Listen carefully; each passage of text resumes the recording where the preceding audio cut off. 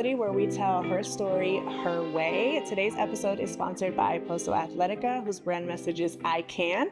And that's truly what it's all about, is empowering women to show up as themselves, knowing that they can get through it all. Resilience is in us, and that's just what we do. And today I am super excited. I have a near and dear friend of mine.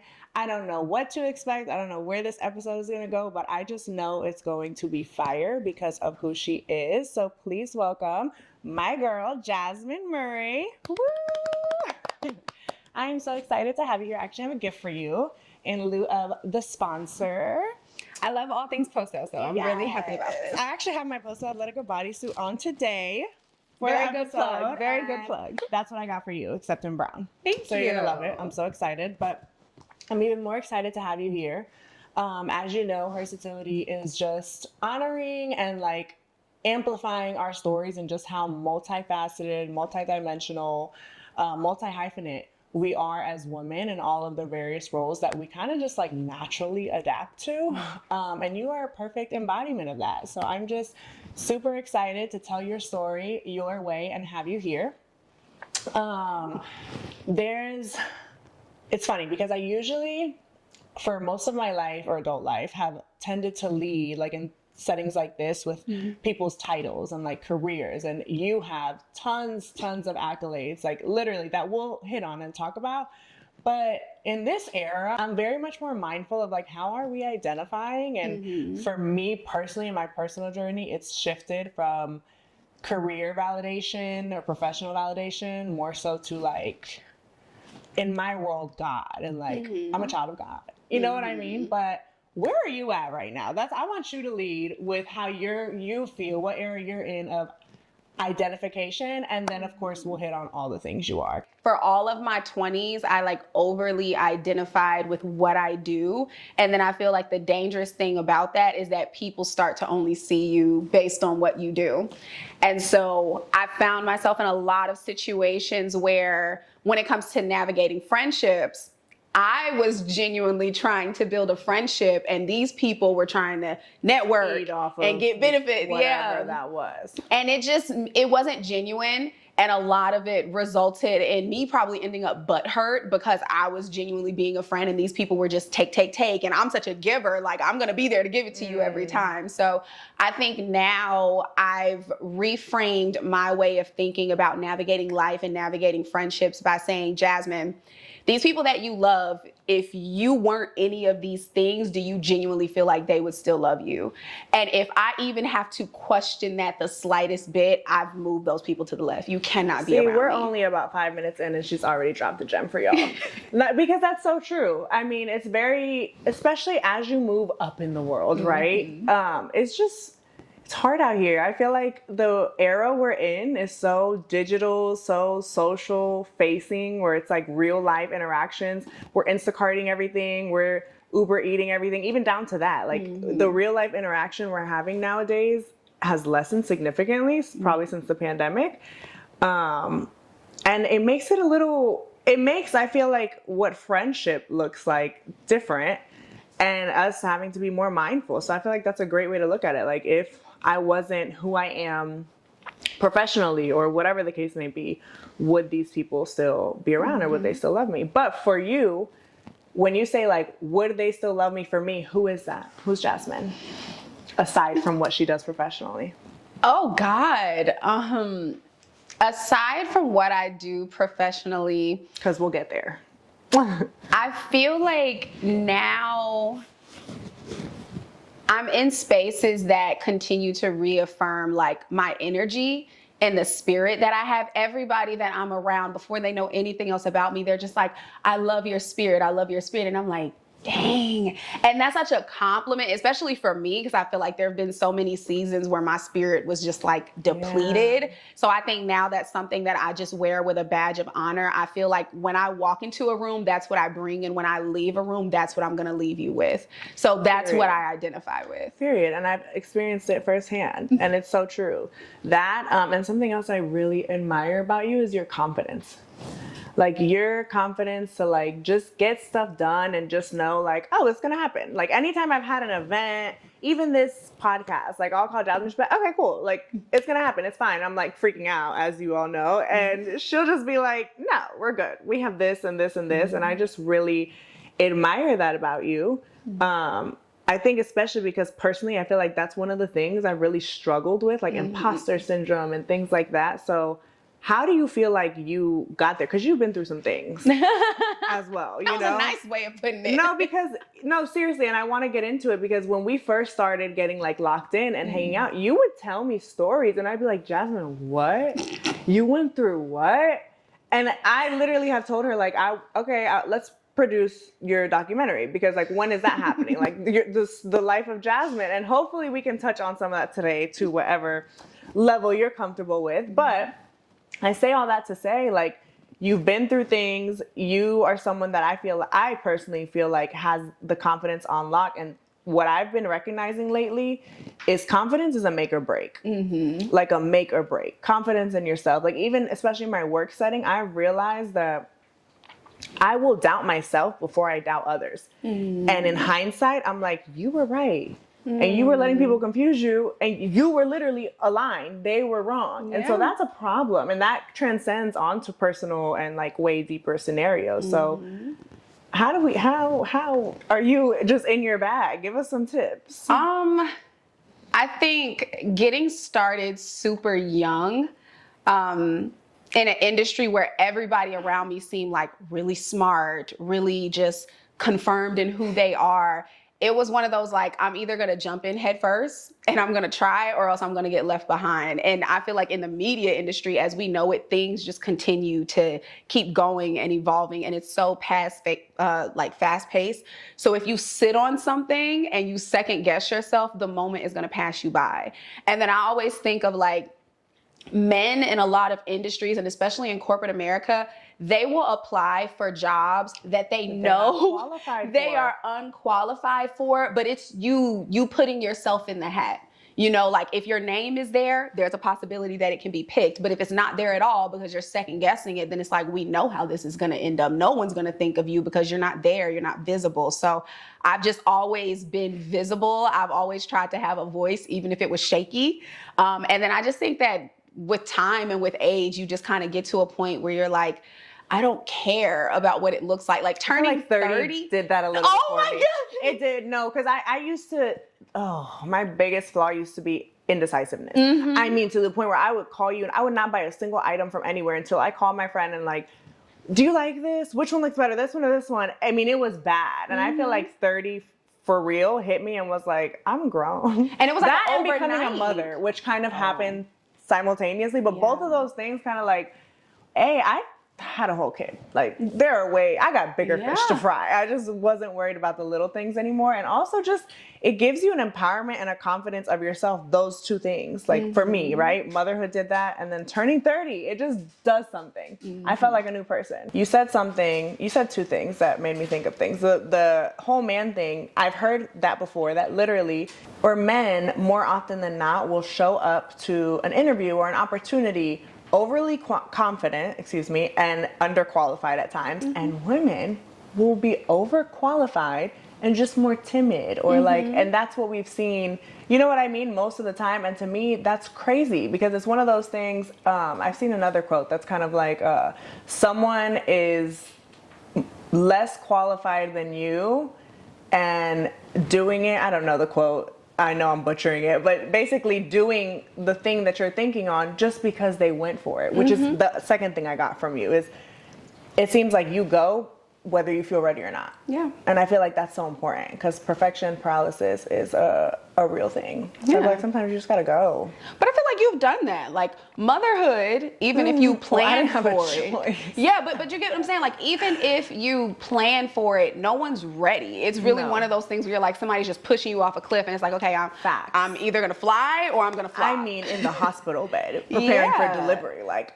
I'm about to be responsible for a human. Yeah. What? I'm gonna walk out of here and their life and literally life is dependent on me That's wild. But that to me is like the ultimate testament that like imposter syndrome has no place here. Yeah. Like you didn't have time to sit in your thoughts and say, I don't know if I'm going to be a good mom. What if my daughter doesn't like me? What happens in the next 6 months? You just had to go. Yeah. And I think that if you take that same mindset and you apply it to everything else of like, I'm a mom, so this is nothing. Period. Like, then I think you'd be able to do a lot more things without thinking about it. Also, there's lessons that you can't learn until you've messed up and done it. With this podcast, with motherhood, like with all the things. There's just like with my business, like Post Athletica, there's just things that I wouldn't have even learned. Someone couldn't have taught me that the way that I had to learn it without getting in there, getting my hands dirty and messing up, getting on the field. Let's give you your flowers on your business accolades, even though that's not what I've been leading with.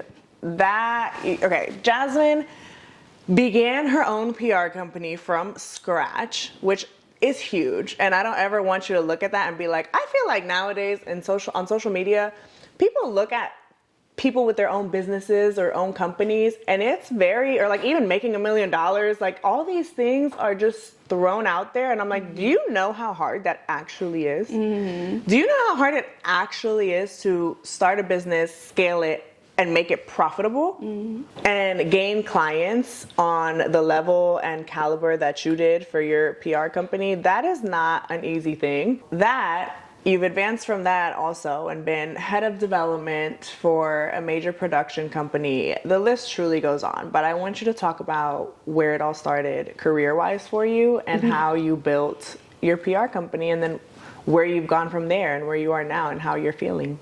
Oh gosh, okay. The short story, I got started when I was 19, working for Ciroc. I launched my company at 21, worked with everybody who's anybody in every industry.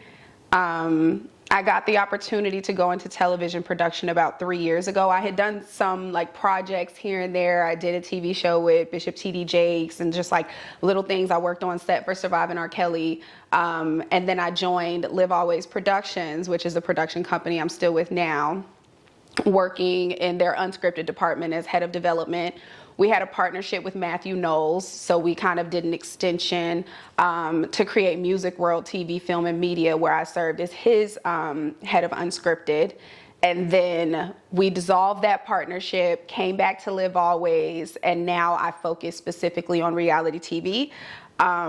But now I've also launched my second PR company called One Post Comms. So now I'm focused on brands in food, beverage, hospitality, lifestyle, entertainment.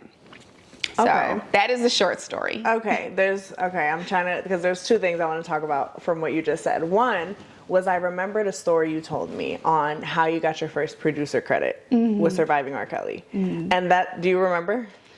I don't. Tamara just called me. Well, the story stuck with me because I think I was like, hey, I kind of like the production thing. Like, how did you get in it? I just was like a little self-conscious because I was like, you know, at my age, if I don't have experience in that, like, how would I get into that? Blah, blah, blah. And you were like, girl, she called me. Yeah. I'll let you tell it because it stuck with me because to me, it really spoke to God. Like, God is going to put you where you need to be. And then you have no idea. Like, we think very on a track of like, oh, it's going to take X amount of years to get this, and I would have had to go to school for this. But it's like, or I know the right person, or God's divine timing, like literally places me where I need to be. That's what that story said to me. I do think knowing the right people is important, but making sure that those people know you. 100%. And don't get it twisted. Yeah. Knowing the right people will only get you so far. Yeah. And I think that making sure that they know you for even beyond like your skill. Because if we're being honest, like you said, I had no experience. So she could have absolutely called anybody else, but instead she was like, I like you and I enjoy working with you. Beyond your skill, one thing I've learned, especially in this industry, is your character. For sure. Skills can be taught. For sure. Loyalty cannot, reliability cannot, trustworthiness cannot, and those are things that speak to you. One thing I've learned is in like these really big industries or these really big spaces, these important people, they want to work with people who they trust, because 100%. you have access to so many important spaces and other important people. The information that you know is crazy. So Tamara was like, I'm not going to hire somebody that I just can't trust to know how to handle themselves in this space, but also someone that can represent me well. So I remember even when I joined Live Always, a lot of people don't know, like I literally went from owning my own company, and I kind of had to humble myself because she brought me in as her executive assistant. So, but she was like, another thing to speak on. Literally, is just because I've been in similar scenarios where it's just like you have to have an attitude of serving. And I feel like God will never put you in a position of leadership or in a position to be a boss or any kind of thing if you have not honed in on the skills and like heart of a servant. And like literally wherever you are, there's a verse, I don't memorize it off the top of my head, but it basically says like, work for others as if you're working for the Lord. yep. And that's literally what you have to do. And look at where you are. You know what I mean? Every time like a new opportunity, even for this, like when I prayed this morning, it's just like, God, you know who's going to be listening and viewing. Use me. Like whatever, you know what I mean? Like I'm going to just add that point. But okay, back to the story. Tell the story of how you got your first producer credit. Yeah. So Tamara, I feel like she watched me for years just operating in my PR company. And she would send some talent to me that she had worked with for her TV show. So Tamara actually franchised Growing Up Hip Hop Atlanta. One of the cast members on that show was Ayanna Fight, who's DJ Hurricane's daughter. She told Ayanna specifically, if you need a publicist, you have to work with Jasmine. So when Ayanna called me out of the blue, I was like, what? Another thing. You're just dropping all these things where I'm like, your story is just like, y'all need to be catching onto this and learning from it so you never know who's watching. And then I think she also used that almost as a test. Like, I'm going to give you a little bit to see if you can handle a lot of it. And so she saw how I worked with her and she was like, okay, this girl knows how to handle her opportunities and like take care of her blessings. So when she randomly called me with the opportunity to just come on set for Surviving R. Kelly, I think we originally had lunch planned that day and her time on set was going over. So she was like, you know what, come on set. And then I was doing green screen readings and then I'm touching base with all of the talent for the show and I'm hearing their stories on and off camera, the stuff that didn't even make it to the documentary. And I'm like, this woman really views me differently to let me have access to a space like this. And then from there, she just brought me into other spaces. But it does speak to what you were getting ready to say of like, I didn't realize she was watching me so closely because we had never really talked like that. Like it was some Instagram DMs, some text messages here and there. She would send me some sermons. Oh my God, I'm proud of you, whatever. But that was it. But I do remember when I was also diagnosed with anxiety disorder and just everything that kind of happened, she stayed in touch with me and she was like, well, what are you doing in the meantime? And like, how is this going? How is that going? And I think she watched the way that I handled strife and challenges. And she was like, oh, like you're a different type of person. So when the time came for her to bring me over to her company, she was like, nobody deserves this more than you. And that's a beautiful transition to your personal and like those struggles that you've overcome, those mountains you've climbed that I want to get into. When you built your own company, how were you able to secure all these like high level celebrities, clients, etc.? You know what? I already had clients reaching out to me before I launched. And that's part of the reason why I started my company. And that's God. Yeah. That's calling. Because I was always somebody that wanted to work in like the executive department of like marketing for Google or Coca-Cola. When I graduated and I'm like applying to all these companies, the Edelmans, the Ogilvy's and everything, they were like, oh, you don't have experience. I'm like, well, how the hell am I supposed to get experience for an entry-level job? Like, come on. But so it was partly because I couldn't find a job anywhere else. And then because of all of like the groundwork that I'd done with interning, like in my experience interning, I had already worked with One Music Fest. I already worked with Hennessy and for Moet. Probably little to no pay because these days, what are interns like? That's a different conversation. Whole but other conversation. I say that to say that I was never afraid of hard work and I was visible. And that's even something now where I have to tell myself, like, Jasmine, you got your start because you weren't afraid to get in the room. And I feel like now we all have gotten comfortable because of the pandemic and everybody's like remote first. And at 30 plus years old, we don't want to leave our house. Like, we have a true fear of being outside. So we can get an invite to be VIP at an event and come the day of and we're like, I just want to stay really home. Feel like getting ready. Yeah, but that speaks to a broader message of like, when you're not visible, people don't consider you for out of things. sight, out of mind. Yeah, so you do have to be in the room. And I feel like for me, I was just always in the room. So when it came down for somebody to hire a publicist, they were like, well, I want her because I always see her on this red carpet. She's always at this award show. I'm always shaking hands. I'm all like, every time they got on social media, it was she's doing this, she's saying that. So people considered me for things. And that's really how I got my start. And I feel like that speaks volumes. Even to me right now, it's just kind of like sometimes you just have to say yes to the invite and get out. Like, get ready, get off your couch and go. And not get off your couch because we're lazy, but because we're so busy that when we do finally get a chance to kind of just like relax, we just want to be home. But sometimes it is good just being intentional about where we're going. And, we're in a different era of life. So it's not like the club or this or that all the time. But events or like certain just being seen and showing face, I think is very important. But transitioning to more of your personal journey, which also speaks so much volumes, and I don't know where to even begin there, but I guess we can start with, you said Tamara had kind of noticed when you had been diagnosed with your anxiety disorder. Would you say that was your lowest time? Or like, if not, what was? Kind of like that one moment where maybe you just really wanted to give up?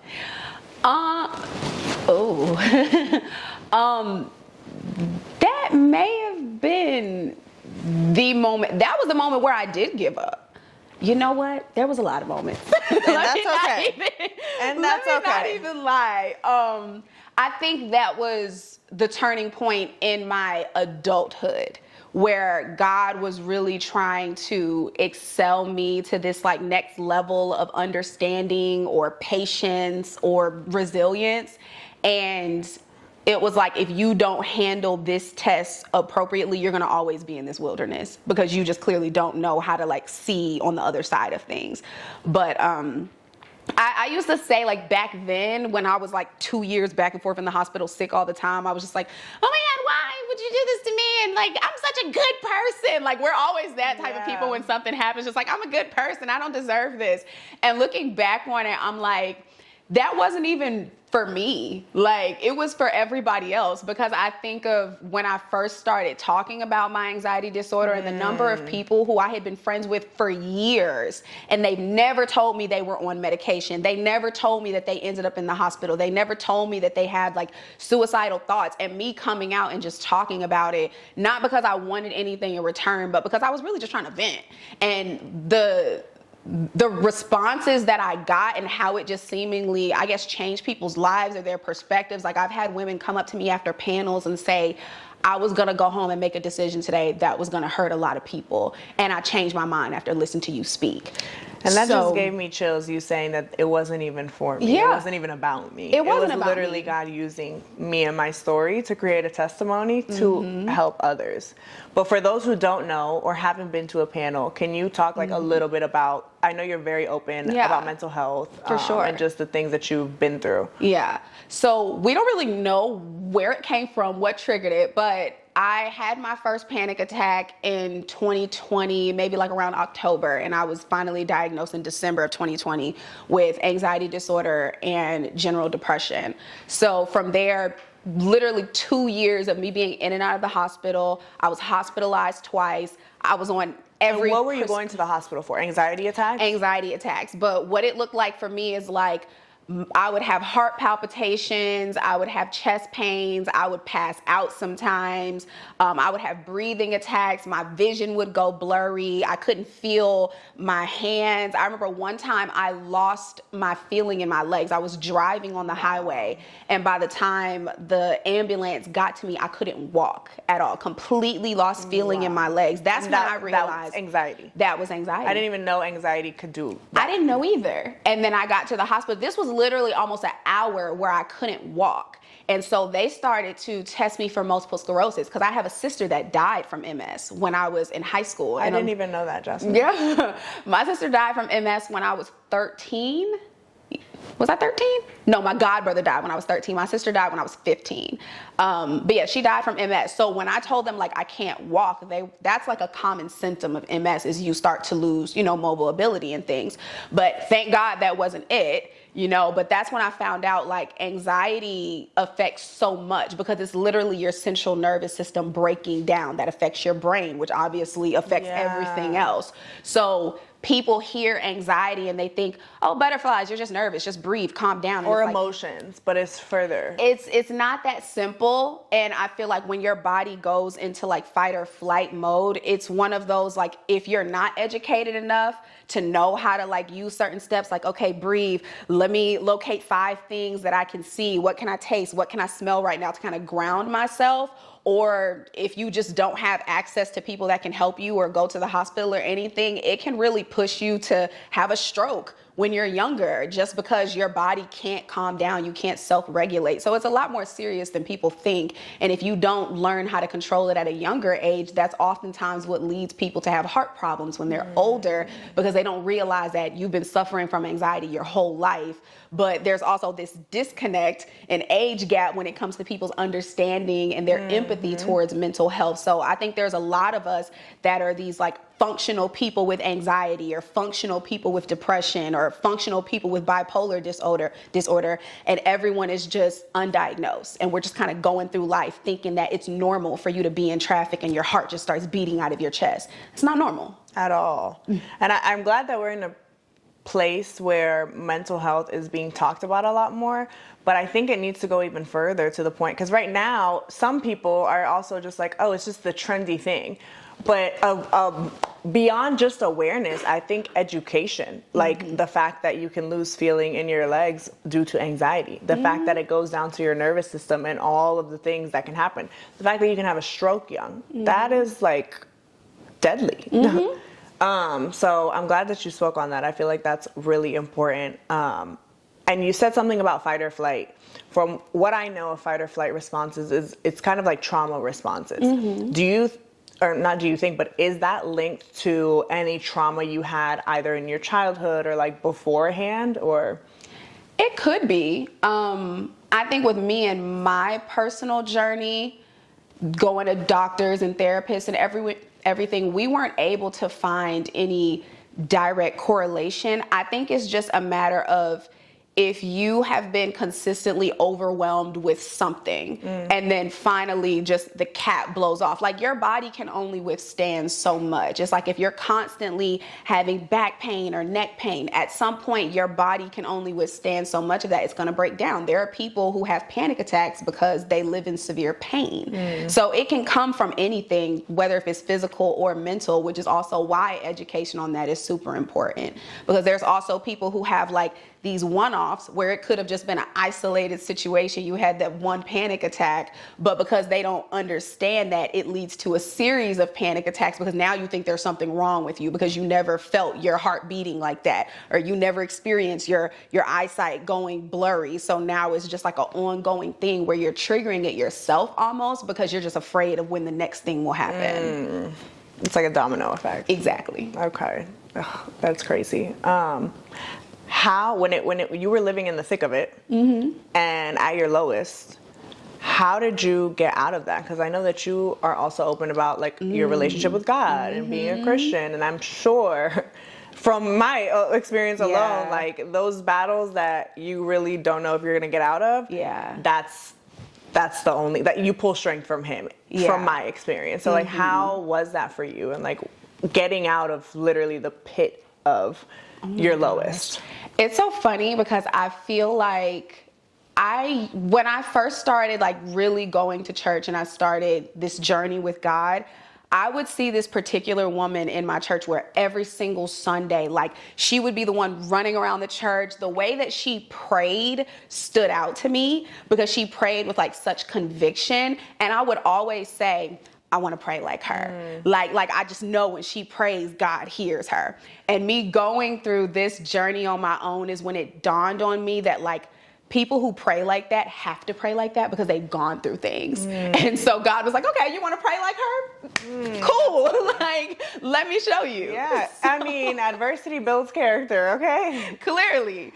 But I feel like the turning point for me, which is also why I say like me going through that whole experience, it really wasn't about me at all. It was about obviously God trying to use me as a vessel, but it was also a way for him to bring me closer to him. Because right before that happened, I feel like I was like at a high in my life. Like my relationship was great. My friendships were great. I was making the most money I had ever made. And I feel like I was almost getting consumed. So I think it was one of those times where God was like, if I don't come in and grab my child now, she's going to be too lost in the world and I'm never going to be able to reach her. So that happened. But I remember the turning point for me was when I feel like I had my first real experience hearing God's voice. And whenever I talk to people about this, I'm like, if it's for you, it's for you. Some people are gonna be like, that sounds crazy. But I would listen to other people tell me about when they would hear God's voice. I'm like, oh, that sounds scary. Like, I don't want that to happen. But I was at home, it was maybe 3 a.m. And if you know anything about like numerology and like prayer hours, angel hours, things like that, 3 a.m. is like one of those intervals where prayer is like really, really important because apparently that's a window where demons come out and lurk. So like I always keep that in mind now. If I ever wake up out of my sleep around like 3 o'clock in the morning, I pray because it's not just happening for no reason. But it was 3 a.m. The lights were completely off in my house. There was like no music or anything playing. You know me, I always have something playing in my house. But I kept on like hearing this voice in my head saying like, come to me. And I was like, okay, what is that? And I just kind of ignored it. And it kept like, you heard come to me. Come specifically, like clear as day. It said, come to me. And the thing that's interesting is like, it was my voice, but it wasn't my words. And it just goes back to when I hear people say like, God is really a good father. Like he knows us more than we know ourselves. So God knows me so well. He knows that if my first time hearing his voice, it would have sounded like this crack of thunder and like a deep man's voice, I would have left my house and everything in it. And come to who? Like, not you. I'm good. I gotta go. Gotta blast.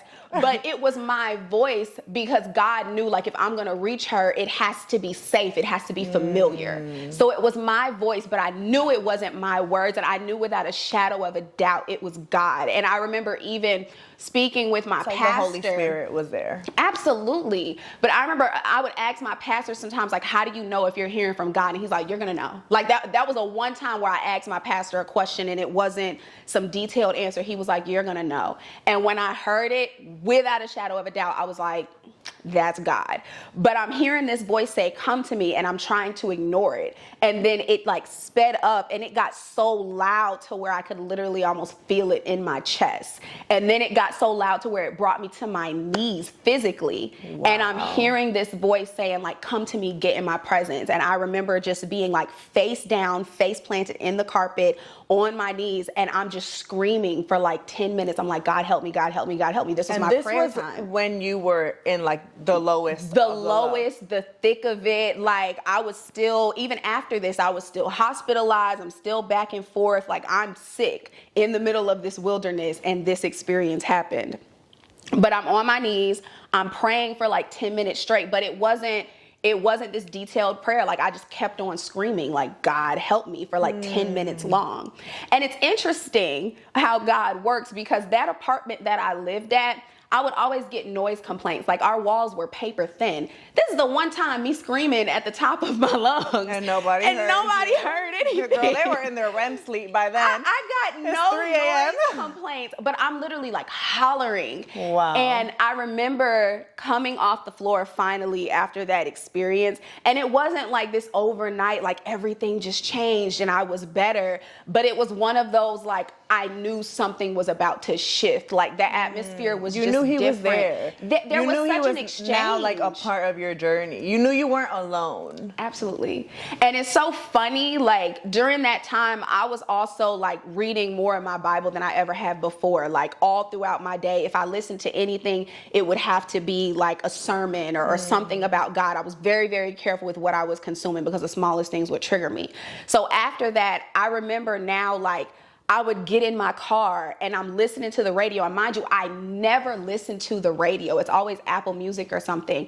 And something that I would particularly pray to God about, word for word, bar for bar, I kid you not, would be on the radio. I have chills. And I'm like, that's God. Because first of all, this isn't even like a gospel radio station. This is Streets 94.5. Why are y'all even talking like that? He will do it. Like, that is literally how he will do it. And I call it God winks. And sometimes they're obvious and sometimes they're not. But when you're in his word, how you said that you were at that moment, and when you're really like tapped in, your eyes are more, you're more sensitive to these things. Sure. They're always happening. He's always speaking. He's always throwing these random signs out there where you're like, wait, what? Like, are you like how our Instagram ads are? Right? But I feel like when you do your part and you're tapped in and you're into his word, you'll see it. Oh, I'm so spiritually vigilant. Go unnoticed. Absolutely. And your discernment just increases. Yeah, so it was experiences like that where at first it was like shocking and almost scary, and then it got to a point where I'm like, that's just you just being funny. Like, you really got a sense of humor, just throwing it in my face like that. So yeah, I started to have experiences like that, and then I feel like my trust in God just continued to expand to where even if I would have a panic attack, I would just sit with it and be like, okay, I'm not going to go to the hospital right now. Like, you're going to self-regulate my breathing. You're going to control my vision. Like, if I'm not supposed to see, then I'm going to just have to trust you to guide me at this point. But I would just have to get so comfortable in a state of uncomfortability. And this is really, really uncomfortable. Mind you, this is my body. This is my health. This is the most uncomfortable it can get.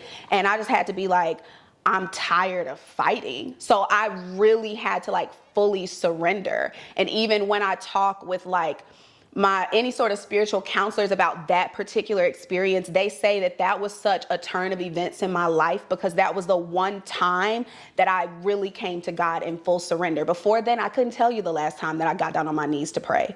But that was one time that I was so humble that I couldn't not be in a position of full surrender, just like on my knees, face to the ground. And I'm just like, God, I can't do this without you.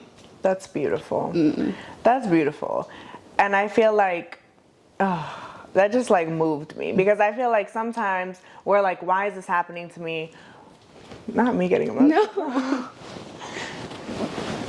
But sometimes like we go, wow, we're taking this out. No, we're not. It's okay.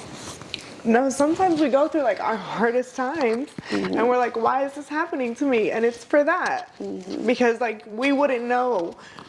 He needs us to like realize, I feel like your strength doesn't come from you. We're strong women. We're very strong-willed. So I feel like sometimes we're like, oh, we got this. Like, we're resilient by nature. But I feel like sometimes God is like, that's not you. That's me. And like, yeah, you're strong and all, but you need me. Yeah. And he wants us to like use him. He wants us to pull from him. And I feel like that was such a beautiful like testimony of literally like he brought you to your knees. And that changed everything for you. That changed the whole trajectory of how you handled your anxiety attacks moving forward. How they were still difficult, but they didn't paralyze you the way that they did before. They weren't a hospital visit every single time after that. So I think that was so beautiful. Thank you for sharing that. We're not taking this out though. No. I feel like that's the state where God wants us in, and we fight so much of that because like everyday society will tell us like, you're a mom or you're a big girl, you can't cry, you can't do that. But God's word literally says like, when you're weak, I'm strong. I'm strong. So I can't even see God do what he's supposed to do. Yeah, literally. God can't do what he's supposed to do if I try to have my hands on everything. If my hands are full, that means that there's no space for me to hold on to what he has for me. So literally. I feel like that's exactly where God wants you. Yeah. And even like in my most recent probably like weird times that I had earlier this year, one thing I really heard from him like him emphasized for me was like, be still and know that I am God. So like to the point where it's like, you're now, you have the wisdom, you know me, you're leaning on me, and I appreciate that. But now you need to see, like, there are some things that only I can move. Yep. Only so much is in your control. And so I need you to be still, which is so much harder than it sounds. Like, you think, like, be still, okay, I'll leave it to you, I'll chill. No, be still is really hard. Yeah. Especially when you're laid off and you don't know where your rent is coming from. Be still, God? Excuse me? Be still? Who's feeding my daughter? Who's paying the rent next month? I was just about to say, people don't know what be still means. At all. They or hear how that, hard it is. Yeah, and they're like, oh, turn down my music, or just sit with God for an hour right before bed in prayer. And when God says be still, he literally means I will shut down everything going on in your life so that I can get your full attention. I think COVID was for the world. I think that was literally God doing that for the world. Everyone had to be still to an extent. And people still didn't get it. No, but everyone had. No, I think that's why it was like a rise of mental health after that, because it was just kind of like, y'all didn't know what sitting in your own company meant. And now you're sitting here with all these demons you brushed under the rug that you can't hide anymore because you can't go outside or you'll catch this deadly virus. Yeah. And I really think that was God doing something in the world and in this country. But wow, okay, so I don't even know where we go after this. I just am so grateful for you sharing your story. I feel like you've overcome so much since then too. Like, I don't think that might have been your lowest, but I feel like your resilience has been very evident to me as your friend. And just the things, you know, that we face on a day to day and all of the things. But in honor of Hersatility, I want to ask you, has there ever been a setting, right, whether it be professional or, I don't know, in dating or friendships or anything, where because of the setting, and I want to make sure I articulate this correctly. So because of the setting, you felt uncomfortable showing up authentically as yourself. And I'll give you an example. Sometimes in corporate spaces or professional spaces, even in the entertainment industry, I know me personally, I've held back from like my femininity or like my natural friendliness because I don't want you to mistake that for flirting. And like now you're looking at me, and because I'm a young, attractive woman, you're not taking me seriously. I'm here to work. I'm not here to, find my next date or whatever the case may be, right? That's a random example. But so as women, sometimes that's still me, right? Like I still put makeup on. That's just what I do naturally if I'm going somewhere. I might have felt like, let me not wear makeup or let me wear like baggier clothes or whatever the case may be, and not shown up totally authentically given the setting. Yeah, definitely in workspaces, probably more in my personal relationships. Really? I think 80% of the relationships that I have been in, I have minimized myself in some aspect to make them feel more comfortable. I don't feel that way anymore. Okay, good. And I think that just came with age and confidence and me not caring to tiptoe around a man and his ego. But when I was younger, yes, more often than not. And that could be primarily because I've always dated older. So you being 21 years old and dating someone who's almost in their 30s, like you naturally give them the space to lead. And now that I'm someone who's in my 30s, I'm like, that person probably wasn't even a true leader at that point. They were still figuring out things. And here I am over here like, wherever you go, I'll follow. Like, and you just leading me to nowhere. Yeah. But I think that I have made the mistake of partnering with some people who, one, just didn't deserve me.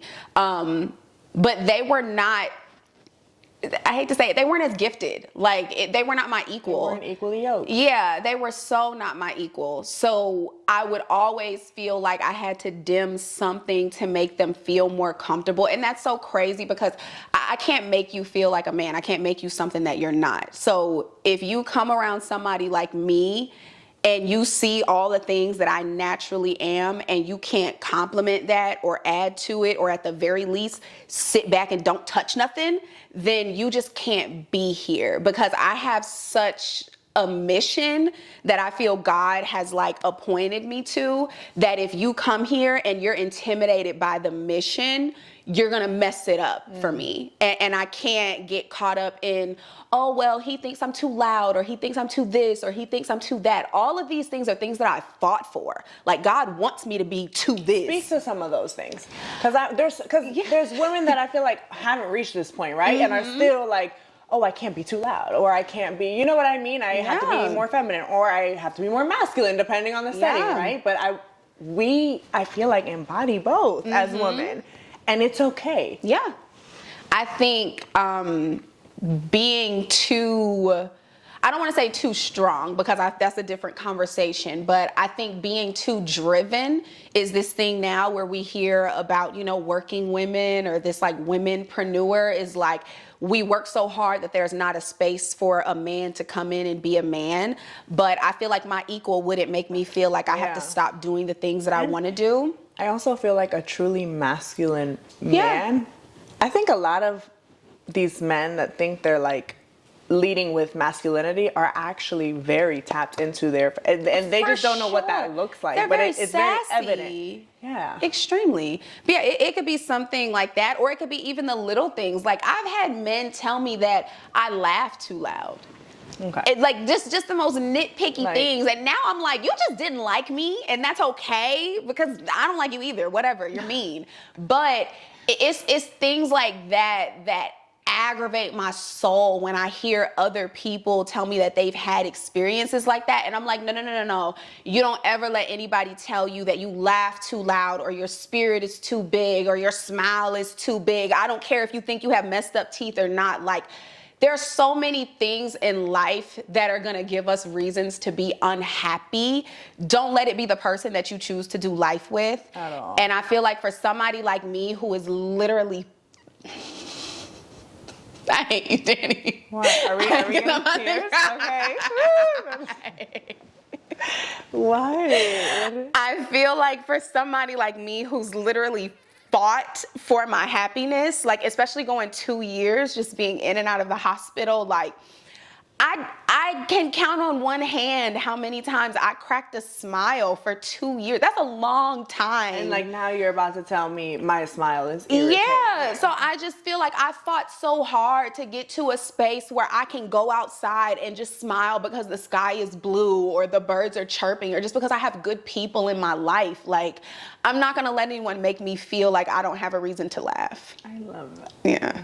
And you shouldn't. And I'm so happy you're in this space, and like, have just like, even from when we've gotten closer, I've seen so much growth, but knowing like all the growth that happened even before that is just really amazing. Thank you. I hope you know that, which it seems like you do. And I love that. It goes back to the confidence thing. Like, I love it. I love that you recognize your journey, and you really recognize, like, I've been through, kind of like how I told you, it felt like motherhood clicked in. Yeah. And if it feels like all the mountains you've climbed, and all of the obstacles you've overcome have given you that confidence. And I love that. I love that you're in this space. I love that you accept all of the things that you are, which is truly what Hersatility is about. And I love you, and I'm so happy you came on today. Thank you. I guess we will end with, tell everyone what you got going on. No, but truly, I think you're naturally your energy. Like, you know, we just told you here, your energy is contagious. You're someone that I think people look to, especially probably women, and young women. So whatever you want to leave us with, whatever you want to leave them with, I'll let you take it. Whatever I want to leave people with, I do think that everyone is kind of in a season right now where maybe it is imposter syndrome, and just trying to feel like if you're enough. And I feel like the word that God has been giving to me lately is just reaffirming that your competency will make room for you. And so I feel like even if you feel like you're not enough, you're not bold enough, you're not confident enough, like if you are competent, there is a space for you. And it doesn't matter who next to you is louder, because the loudest is not always the smartest in the room. So your competency will make room for you. I love that. And all the things that God made you to be.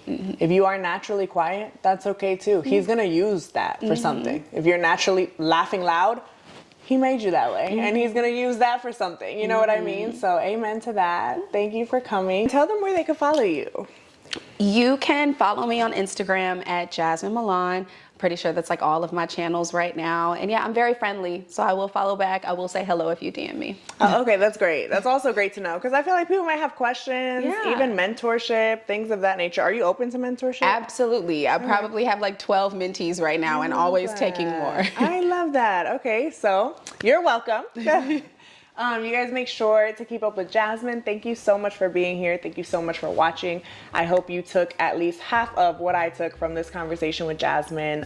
Again, this episode was sponsored by Posto Atletico, which was no coincidence, because Jasmine is such a testament to I can do all things and I can, and that resilience that is truly what the brand embodies. So thank you for being here. Stay tuned for the next episode, and we'll see you later. Yay! I knew in my soul, and that's why even when I had anxiety earlier, I was like, thank God it's Jasmine. And I just